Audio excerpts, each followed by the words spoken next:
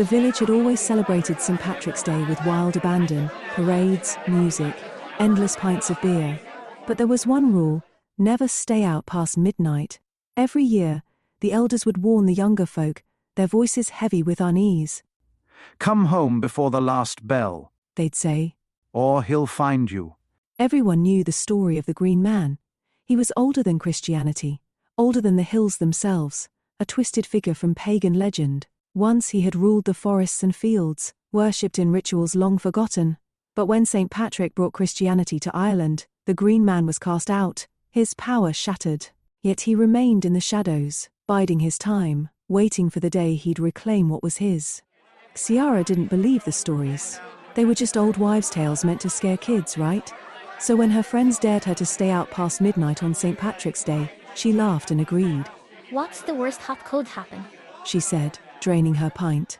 The streets were empty when the church bells struck 12.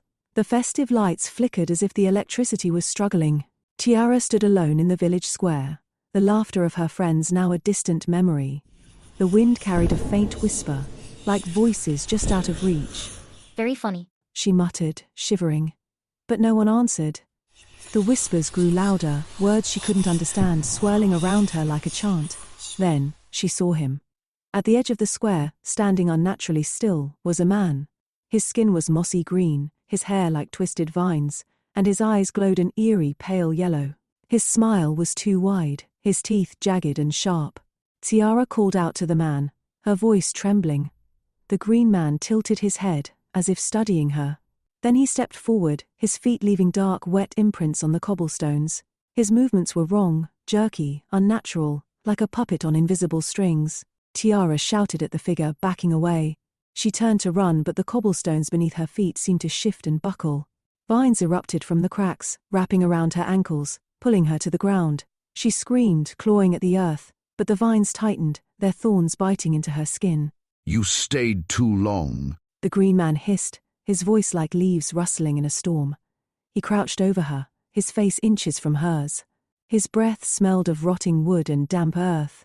"This is my time now." Ciara tried to pray, tried to scream again, but the vines crept up her body, covering her mouth, silencing her. Her last sight was his glowing eyes, unblinking, as the world went dark. The next morning, the villagers found the square empty, save for a patch of green moss where Ciara had last been seen.